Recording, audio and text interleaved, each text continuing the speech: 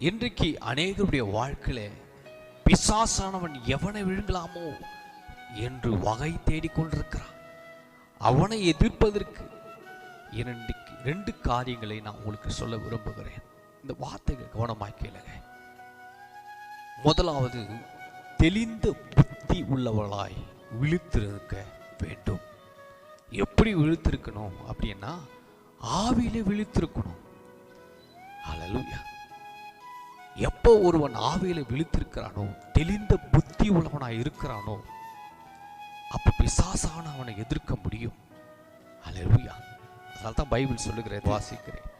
தெளிந்த புத்தி உள்ளவளாய் இருங்கள், விழித்திருங்கள், ஏனெனில் உங்கள் எதிராளி ஆகிய பிசாசானவன் கர்ஜிக்கிற சிங்கம் போல எவனை விழுங்கலாமோ என்று வகை தேடி சுற்றித் திரிகிறான்.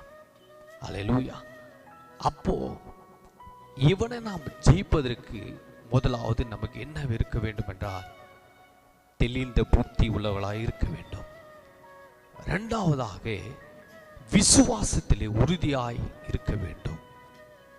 19வது வசனத்திலே வாசிக்கிற பாருங்க. விசுவாசத்திலே உறுதியாயிருந்து அவனுக்கு எதிர்த்து நில்லுங்கள். பிசாசு எதிர்ப்பதற்கு நமக்கு விசுவாசம் தேவை. விசுவாசம் இருந்தால் மாத்திரம்தான் அவனை நாம் ஜெயிக்க முடியும். அந்த விசுவாசத்தில் உறுதியாய் நிற்க வேண்டும். இதுதான் தேவன் நமக்கு சொல்லிக் கொடுக்கிறார். அல்லேலூயா. யாக்கோபு 4:7 சொல்லப்படுகிறது, தேவனுக்கு கீழ்ப்படிந்திருங்கள், பிசாசுக்கு எதிர்த்து நில்லுங்கள், அப்பொழுது அவன் உங்களை விட்டு ஓடி போவான்.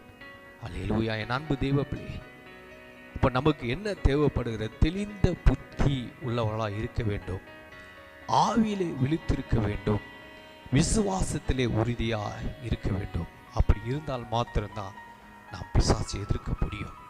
இந்த நாட்டிலே இந்த வார்த்தைகள் மூலமாய் நீங்கள் விசுவாசிங்க, நம்புங்க, கர்த்தர் உங்களை ஆசீர்வதித்து உயர்த்துவார்.